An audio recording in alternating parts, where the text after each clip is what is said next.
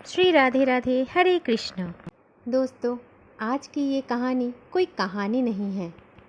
ये तो भगवान की लीला है जो भगवान अपने भक्तों के साथ हमेशा करते रहते हैं।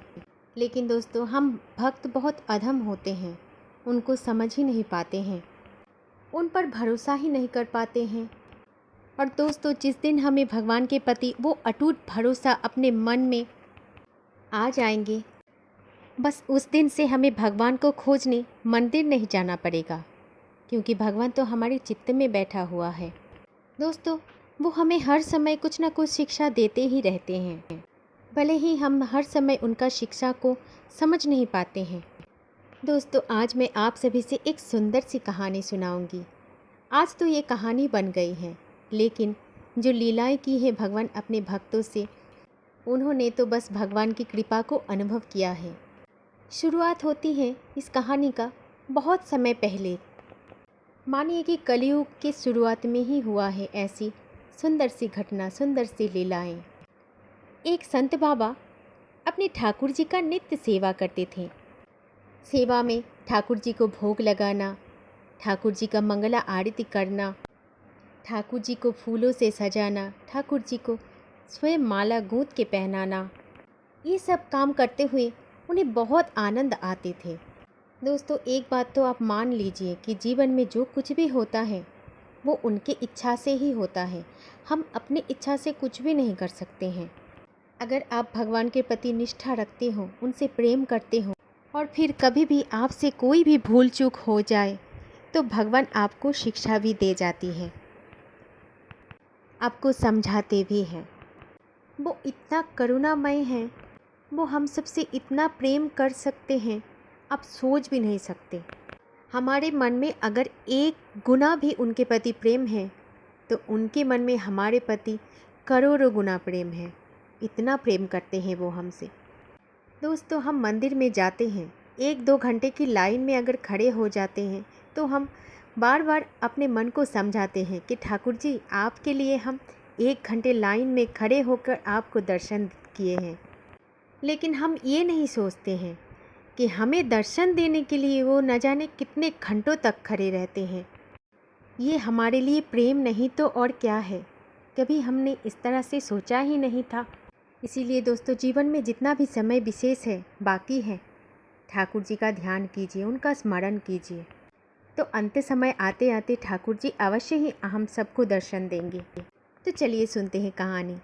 फिर उस संत बाबा ने सेवा करते करते ठाकुर जी का थोड़ा सा वृद्ध भी हो गया था। अब तो उन संत बाबा को ठीक से चला ही नहीं जाता था। वो लाठी पकड़ के चलते थे, फिर भी अपने पूजा पाठ नहीं छोड़ा था।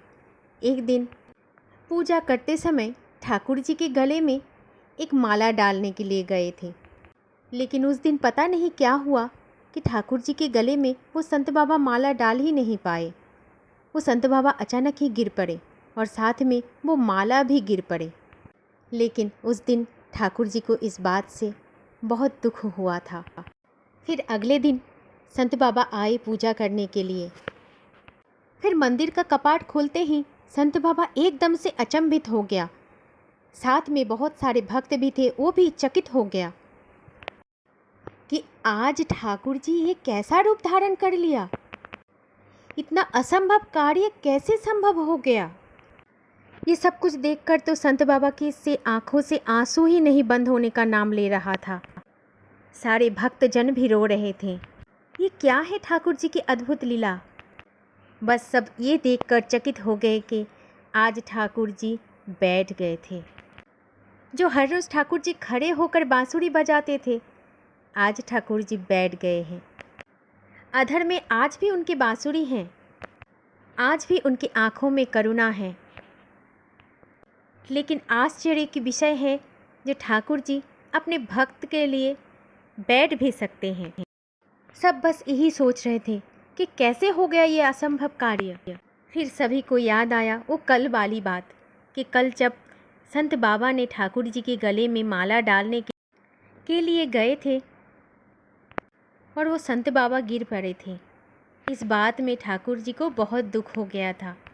ठाकुर जी ये समझ गए थे कि संत बाबा अभी बूढ़ा हो गया है तो मैं ऐसे बैठ ही जाता हूँ, तो फिर संत बाबा को मेरे गले में माला डालने में कोई भी असुविधा नहीं होगा।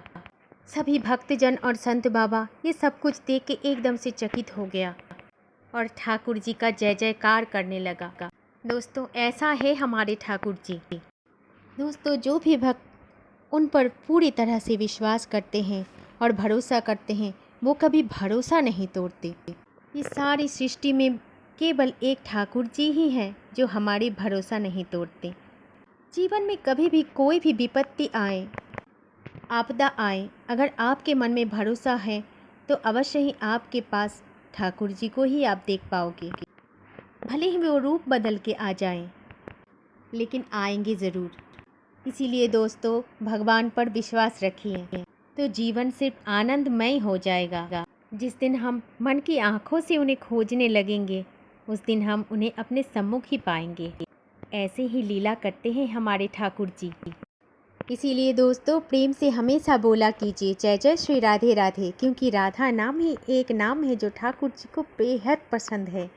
कोई भी व्यक्ति अगर अपने मुख से रा उच्चारण कर लेते हैं तो भगवान उनके पीछे पीछे आ जाते हैं। जब तक वो व्यक्ति धा ना उच्चारण करे तब तक वो सामने ही खड़े रहते हैं, क्योंकि राधा नाम ठाकुर जी को बहुत प्यारे लगते हैं।